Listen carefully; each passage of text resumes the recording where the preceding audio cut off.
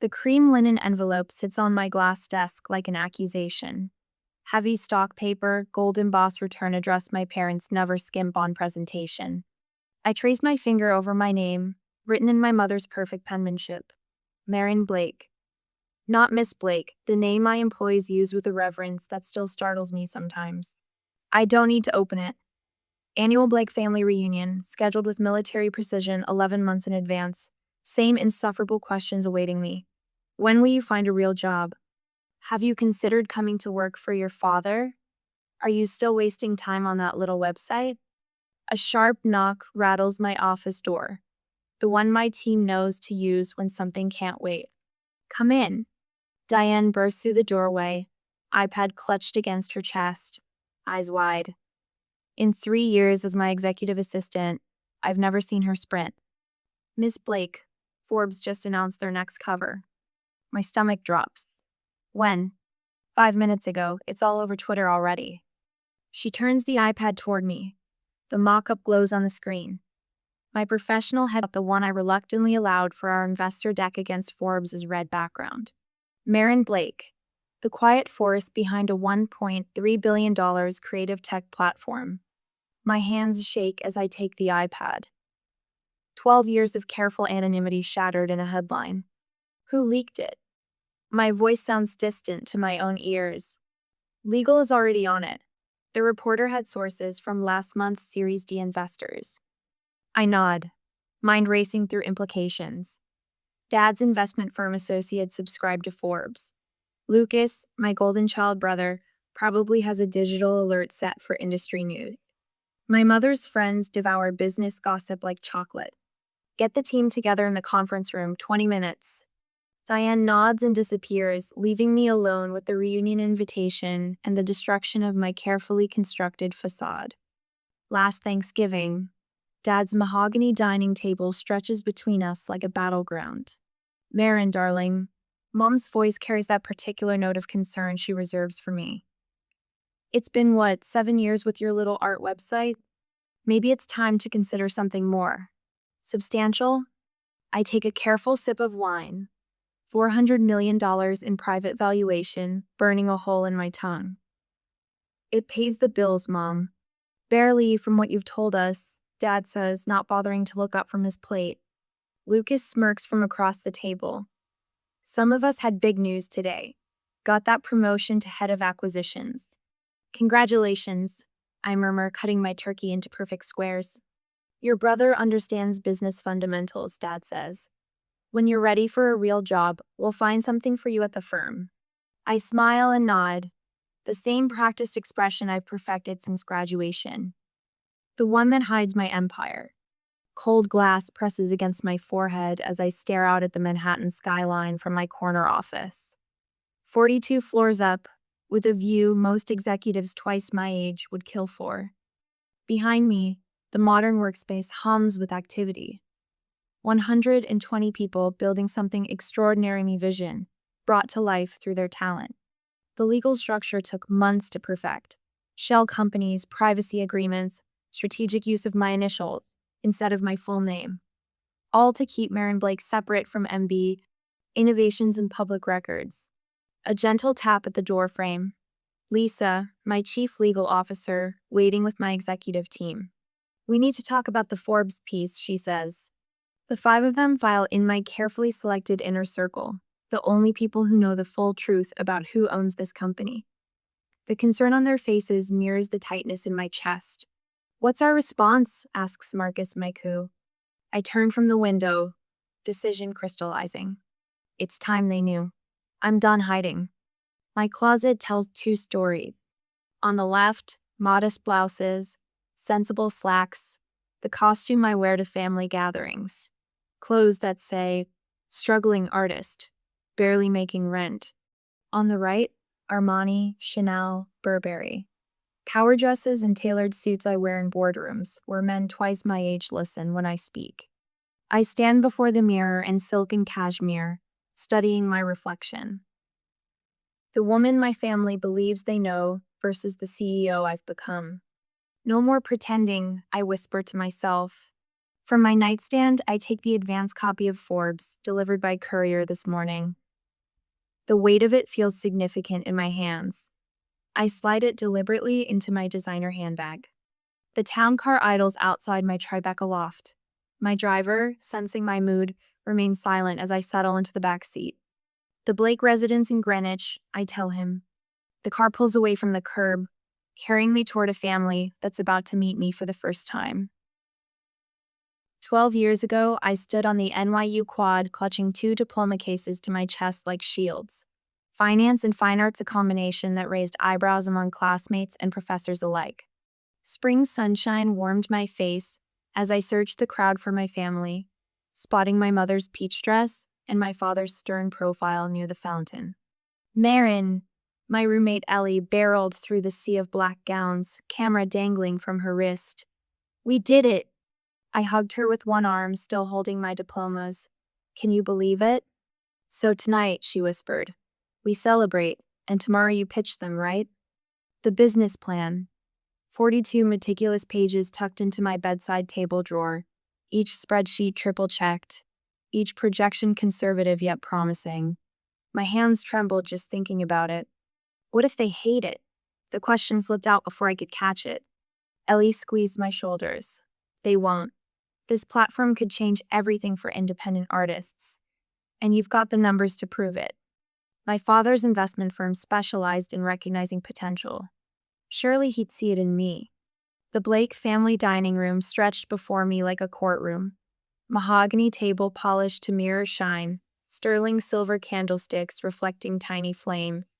My father at the head, mother to his right, Lucas slouched opposite me with his perpetual smirk. Places we'd occupied for 22 years, never changing. Well, Marin, my father said, folding his napkin precisely. Let's see this grand idea Lucas tells me you've been working on. I placed my leather portfolio on the table, hands steadier than I expected. It's a digital platform connecting artists directly with buyers. No middlemen, no galleries taking 40% commissions. Another art website? Lucas interrupted, reaching for his wine. Aren't there already dozens? Not like this. I opened the portfolio, revealing charts tracking the emerging online art market. Those platforms treat artists as inventory. Mine treats them as partners. I walked them through my Visiona searchable marketplace with commission structures benefiting creators, authentication protocols, and pricing algorithms balancing market rates with fair compensation. Words flowed easier with each slide, my passion building. Until my father's hand sliced through the air. This artsy nonsense won't ever turn a profit. The words landed like a gavel, final, damning. I stared at him, breath catching. Did you even look at the projections? My mother touched my wrist. Honey, wouldn't you be happier at your father's firm? Lucas loves it there. She's too sensitive for real business, Lucas added, his voice thick with false concern. Come back when you've got a real business plan, sis. This is a real business plan. I flipped to my financial projections, 5-year revenue forecasts meticulously charted. I've identified market gaps, established differentiation factors, calculated acquisition costs. That art degree really did a number on you, Lucas chuckled. My father leaned back, drumming his fingers against the mahogany. What are you asking for exactly? I met his gaze directly. $300,000 for 30% equity. The laughter started with my father, a sharp bark that transformed into a full-throated roar. Lucas joined in seconds later, shoulders shaking. Even my mother covered her mouth, poorly disguising her smile. 300,000? My father wiped his eyes. For a website where people sell finger paintings? I gathered my papers with numb fingers, tucking them back into their folder. The room tilted slightly, my breakfast rising in my throat. No, my father said, amusement still coloring his voice. Absolutely not.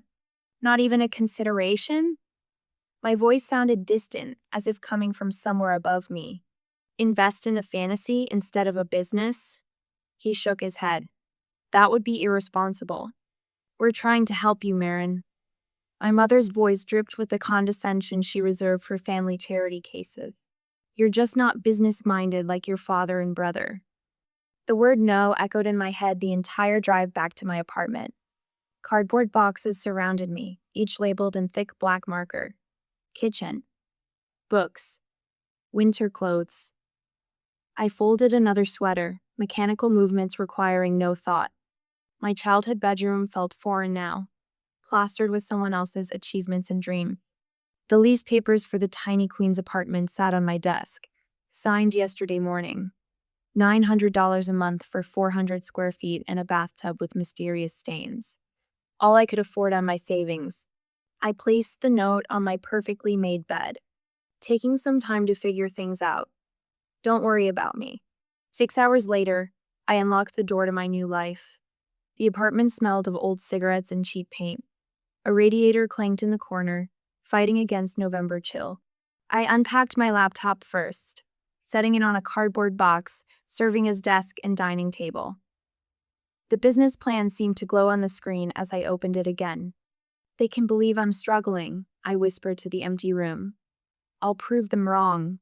Red digits on my microwave clock read 3:47 a.m. My eyes burned, back screaming from hunching over code for 18 hours straight.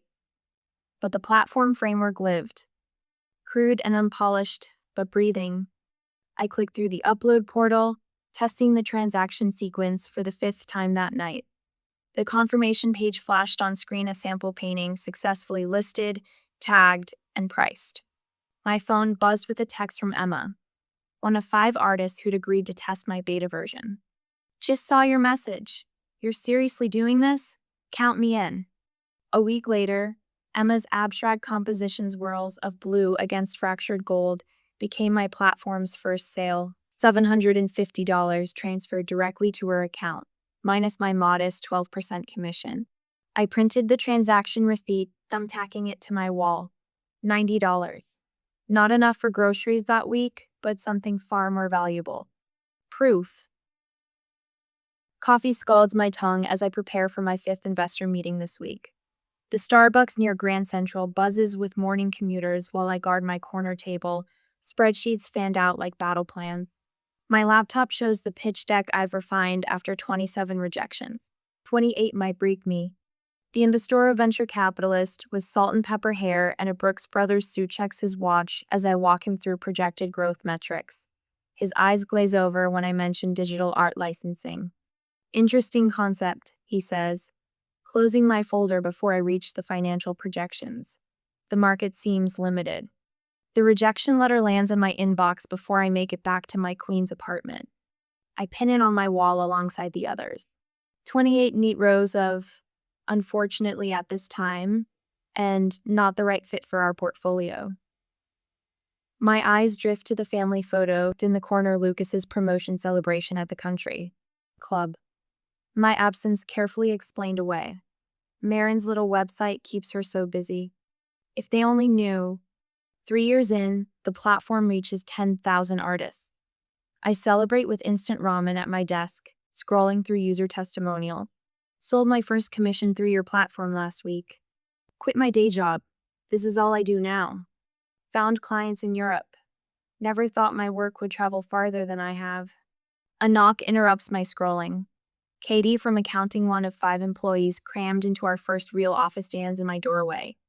The space boasts water-stained ceiling tiles and temperamental heating, but the rent doesn't make me flinch when signing the monthly check. The advertising agency called, she says, trying to contain her smile. They want exclusive rights to 20 artists for their new campaign. Which agency? Larson and Pine. The agency that rejected my application for a junior design position 2 years ago? I lean back in my chair, permitting myself 5 seconds of satisfaction before nodding. Send them our premium client contract. 7 years after that first rejection at my parents' dining room table, I stand at the window of our Soho office. Employees fill the open floor plan, graphic designers, developers, account managers, my creation breathing and growing beyond my wildest dreams. My phone buzzes with a text from my mother. Thanksgiving dinner next Thursday. Lucas bringing his new fiancée. Dad wants to know if you need money for a cab. I slip the phone into my pocket as Marcus, my newly hired COO, Approaches with champagne and plastic cups. $12 million valuation. Not bad for a little art website. He's the only person who knows about my family, about their dismissal of everything I've built. The investors wanted 51%, I remind him. But settled for 23%, he counters, handing me a cup, leaving you with controlling interest and a very impressive personal stake. Nobody knows it's me, I say, watching the bubbles rise in my cup. The legal structure makes sure MB Innovation stays separate from Marin Blake. Does that bother you? Not getting credit? I think about last Christmas, my father patting my shoulder with the same pitying look he's given me for years. Anonymity has its advantages. So Marin, Lucas says, swirling expensive bourbon in his glass at our parents' anniversary dinner. Still playing with that art website? What's it been now? 9 years? Something like that. I push food around my plate, the designer watch hidden beneath my sleeve worth more than his monthly salary. You know Dad's firm is expanding. We could use someone to manage our social media. Nothing fancy. Just schedule posts, answer comments. Mom touches my arm. Think about it, honey. Health insurance. Regular hours. I'm managing, I say, the understatement so profound it nearly makes me laugh. Dad doesn't look up from cutting his steak. The offer stays open, when you're ready for stability. I nod, silent.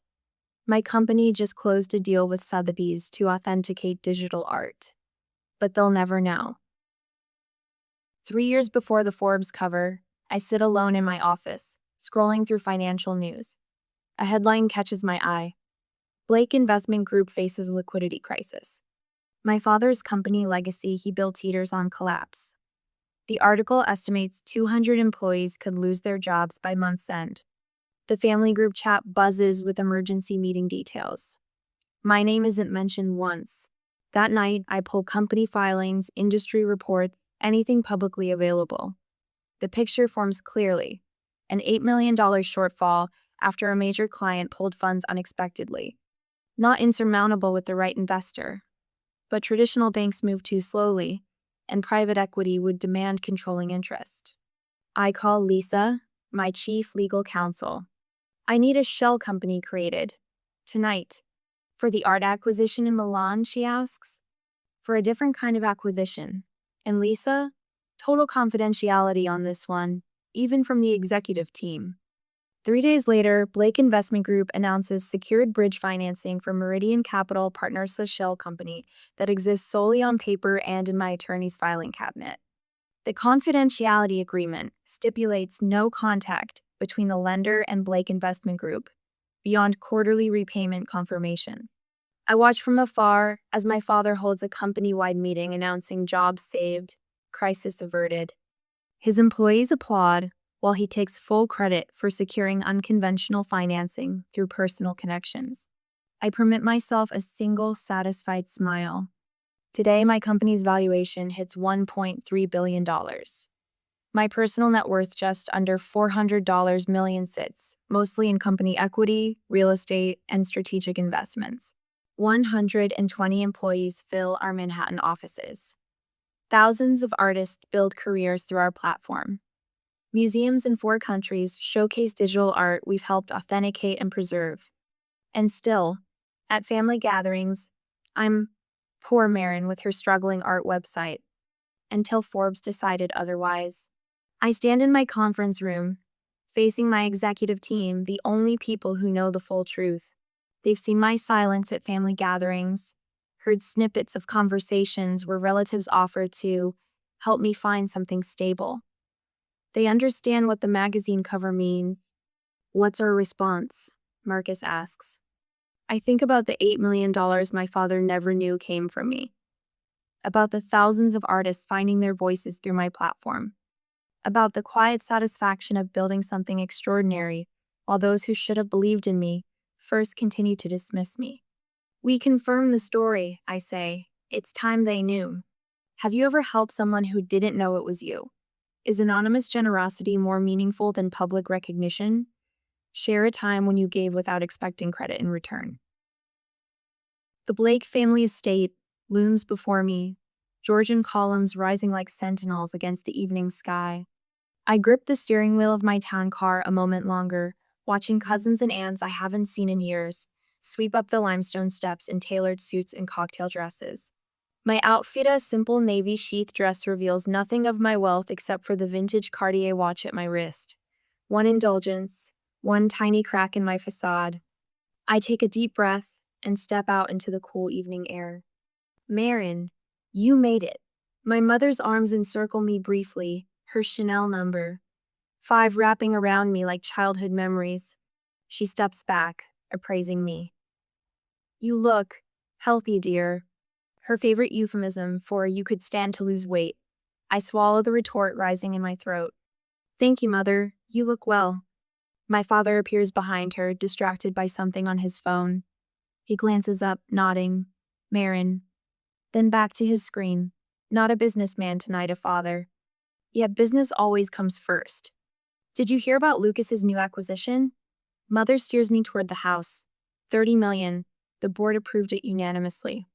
Lucas materializes on cue, champagne flute in hand. Baby sister. Still keeping that little art website afloat? His smile doesn't reach his eyes. I closed the Peterson deal yesterday. You probably saw it in the journal. Congratulations, I murmur, scanning the room. 3 cousins by the fireplace are whispering, their glances darting my way, then quickly away. The Forbes cover. They've seen it. The dining room gleams with crystal and silver. Place cards separate me from my immediate family mother's subtle management of the family hierarchy. I'm seated between Aunt Judith and my cousin's new husband. The strategic placement of the unsuccessful relative. Conversation flows around me like water around a stone. Mutual fund performances. Vacation homes in the Hamptons. Lucas's voice rises above the rest as he details his latest corporate raid. Strip the company down to its profitable divisions. The board didn't see the value hiding in plain sight. I sip my wine, watching the performance. For 12 years, I've sat at this table, playing the role they assigned me. Tonight feels different. The weight of the magazine in my handbag presses against my ribs. The clink of silver against crystal cuts through the dinner chatter. My father rises, glass held high. I'd like to say something important tonight. The table quiets immediately. Even Lucas stops mid-sentence. 3 years ago, Blake Investment Group faced a crisis that nearly destroyed us. A liquidity crunch that threatened 200 families who depend on us. His voice drops, uncharacteristically vulnerable. We exhausted every traditional option. I set my fork down, pulse quickening. Then, when all seemed lost, a mysterious investor stepped in. $8 million wired overnight. A bridge loan that saved everything we built. My throat tightens. The confidentiality agreement prevents me from knowing who this angel investor was. He raises his glass higher. But whoever you are, you saved 200 families. We are eternally grateful. The silence that follows feels electric. I push back my chair and stand, the legs scraping against hardwood. Every head turns. That was me. My voice carries clear across the table. I wired the funds. My father freezes, glass still raised. I meet his eyes directly. I just didn't feel like hearing your lecture again. Forks hover in midair. My mother's wine glass tilts dangerously in her suddenly slack grip. Lucas's face drains of color, making his teeth look unnaturally white in his frozen smile. My father stutters. You? That's not. How would you? I reach into my handbag, the weight of 12 years of dismissal fueling my movements. The Forbes magazine slides across the polished mahogany toward him. There's something else you should know. His eyes drop to the cover. My professional headshot stares back at him. Marin Blake, the quiet force behind a $1.3 billion creative tech platform. 1.3 billion? The words croak from my father's throat. A collective gasp ripples through the room. My mother's wine glass finally slips, red liquid blooming across white linen like a prophecy. Lucas grabs the magazine, knuckles white. This can't be right. That little art website, I say softly, the one you've been asking about for 12 years. The silence in the room has weight, substance. Years of judgment and dismissal crystallized in a single frozen moment. I remained standing, watching the reality sink in. The daughter they believed was struggling has been quietly building an empire. The idea they laughed at now employs hundreds. The investment they refused has returned thousands of times over for someone else. For the first time in my adult life, my family sees me. The phone hasn't stopped ringing since the reunion. 2 weeks of sudden interest from people who barely acknowledged my existence for a decade. Your father called again, Diane says, handing me a stack of messages. Third time today. I flipped through the pink slips. Dad, Mom, Lucas, 3 cousins who never remembered my birthday, and an aunt who once told me art degrees were for people without real ambition. He says it's urgent, Diane adds. Funny how 12 years wasn't urgent, but 2 weeks is. I dropped the messages into my drawer, along with the others. Anyone else? Your mother left a voicemail. She's crying. Of course she is. Mom's tears always available when her reality is disrupted, never when her children needed comfort. She said she was just worried about your stability all these years. Diane's tone makes it clear what she thinks of this rewriting of history. I nod, remembering Mom's precise words at the reunion. Why didn't you tell us, darling? We would have celebrated every milestone with you. The same woman who once suggested I get a sensible job with benefits because my little website would never provide security. Dad moved from disbelief to calculation in the space of 10 minutes. I watched his eyes shift from shock to assessment, measuring my worth in a way he never bothered to before. By dessert, he'd claimed he always saw the potential in me. Lucas was fastest, smoothly transitioning from stunned silence to, I knew you had it in you, sis, before the coffee was served. Classic Lucas, rewriting the narrative to position himself favorably regardless of facts. My phone buzzes with a text from my cousin Jennifer, who suddenly remembers our special bond from childhood. The same Jennifer who ignored my fundraising email 6 years ago for the artist grant program. Miss Blake? My assistant's voice pulls me back. Your 3 o'clock is waiting. I straighten my Armani jacket. Thank you, Diane. A month passes. The family texts have slowed from a flood to a trickle. I've answered enough to maintain civility without surrendering boundaries. Spring sunshine streams through the floor-to-ceiling windows of my corner office. The view of Manhattan stretches before me, a testament to 12 years of persistence. The intercom buzzes. Miss Blake, there are 2 gentlemen here without an appointment. They say they're family. My stomach tightens. Names? Richard and Lucas Blake. Dad and Lucas. Here. Now. I take 3 measured breaths.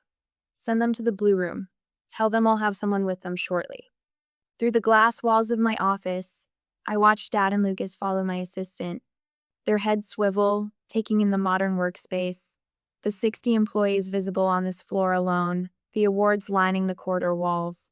Lucas reaches out to touch the glass trophy from Fast Company. Dad's eyes find my nameplate on the corner office door. I text Marcus, my COO. Family ambush. Blue room. Need eyes. He responds immediately. On it. I give them 20 minutes, just long enough to marinate in the reality I've built without them, then check Marcus's assessment. They have a pitch deck.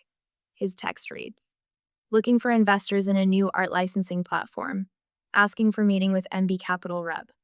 My investment arm, the one they clearly don't realize is me. They specifically mentioned $2 million seed funding, Marcus adds. A tech platform for licensing art. The irony burns cold in my chest. I'll handle it. I text back. The blue room falls silent when I enter. Dad half rises from his seat, recognition and confusion battling across his face. Lucas freezes mid-sentence, the polished pitch dying on his lips. I take the head chair, the one they'd left empty, for the imaginary investor they'd planned to impress. Gentlemen, I smooth my skirt beneath me. I believe you're pitching to me. Dad sinks back into his seat. Lucas's Adam's apple bobs as he swallows. Marin, Dad recovers first. We didn't realize. Dedham Capital's mine? Clearly. I gesture toward their presentation, still projected on the wall. Please continue. I'm interested in your concept for... I glance at the title slide, Artworth Licensing Platform. Lucas fumbles with the clicker. It's actually, we were hoping to discuss with the investment team first before. I am the investment team. I say simply, this is my company. All of it. The silence stretches between us, taut with unspoken recognition. Dad leans forward. We've been developing this concept for several months. The market research indicates substantial growth potential in the digital art licensing sector. His voice steadies as he slips into familiar pitch territory. We're seeking $2 million in seed capital for a projected 30% equity stake. Exactly what I asked from him 12 years ago. Impressive, I say, opening the leather portfolio before me. I've reviewed similar proposals in this space. The market is certainly active. Hope flickers in their eyes. I slide a folder across the table. Before we proceed, I wanted to share some relevant background information. Dad opens it, Lucas leaning close. Inside, printouts of every dismissive email, every belittling text, every family dinner conversation where they mocked my little art project. Transcripts I'd had Diane compile from my meticulous records. 12 years ago, you said I wasn't business-minded. My voice remains conversational, neither bitter nor triumphant. You said digital art platforms would never turn a profit. You said I needed a real job with realistic expectations. Dad's fingers hover over a printout of his own email. Stop wasting time on pipe dreams, Marin. The adults are trying to build something that matters. Today, you're pitching me your dream. I close my portfolio, and I'm saying no. Lucas starts to protest, but Dad silences him with a hand on his arm. For once, my father looks his age. I helped you once, I continue. That was for the employees. 200 families who didn't deserve to suffer for management's mistakes. I stand, smoothing invisible wrinkles from my skirt. I'm not your safety net. Not anymore. Marin. Dad's voice lacks its usual authority. We're family. Yes, I agree. We are. And this time, you're on your own. I walk to the door, then pause. The weight of a decade of silence finally lifting from my shoulders. Good luck with your venture, gentlemen. Diane will show you out. My corner office gleams with morning light as I review our Spring Arts grant selections. The platform I built now supports thousands of artists, with a team of 120 people who share my vision. No Forbes cover or Industry Innovator Award on my shelf means as much as these 20 new creators will fund. The committee is waiting for your approval, Miss Blake. Diane says from the doorway. Tell them it's perfect. Last night, I hosted my executive team at my actual home and not the modest apartment I kept for family visits. We drank good scotch and talked until midnight. These people who believed in me when blood relatives wouldn't spare a dime. My CFO raised his glass when our latest valuation hit headlines. My marketing director showed baby pictures and asked for advice. They're the family I chose. The weight of pretending has lifted, leaving me lighter than I felt in 12 years. I sleep better in my Tribeca loft, no longer rehearsing modest responses to inevitable questions about my struggling business. My closet contains no more costumes, just clothes that reflect the woman I've become. A cream envelope sits on my desk bearing my father's law firm letterhead. For 5 days, it's remained sealed, a ticking bomb I've circled but never touched. The memory of our last encounter, his face when I rejected his business pitch, keeps my letter opener at bay. Coward, I whisper and slice it open. My father's handwriting carries decades of authority, precise strokes that once signed billion-dollar deals. I read aloud, needing to hear the words in real space. I was wrong. 3 words I never expected from William Blake. You didn't just prove us wrong, you proved yourself right. I've spent 30 years identifying potential, yet missed it sitting across my own dinner table. I'm sorry it took so long to see it. My hands tremble. Outside, Manhattan continues its endless movement, unaware of seismic shifts in my private world. Your mother and I would like to know the daughter we failed to see. In my private workshop where I still create art when spreadsheets overwhelm me, I find a simple black frame. The letter slides in beside another document, the first email rejection from my father's assistant. Mr. Blake regrets he cannot provide funding for your project at this time. Two bookends to a journey I never planned. Thanksgiving arrives exactly 1 year after the confrontation that changed everything. The invitation sits on my counter for weeks before I decide. This time, there will be boundaries. I drive my own car up the winding driveway to their Greenwich estate, wearing clothes that reflect my actual taste. The emerald silk blouse cost more than I pretended to make in a month during previous gatherings. My mother meets me at the door, her eyes taking in the woman I've become without the disguise of struggle. "You look wonderful," she says without the undercurrent of concern. "Marin." My father stands in the entryway, respect replacing the dismissive glances of previous years. Not warmth, but something more valuable: recognition.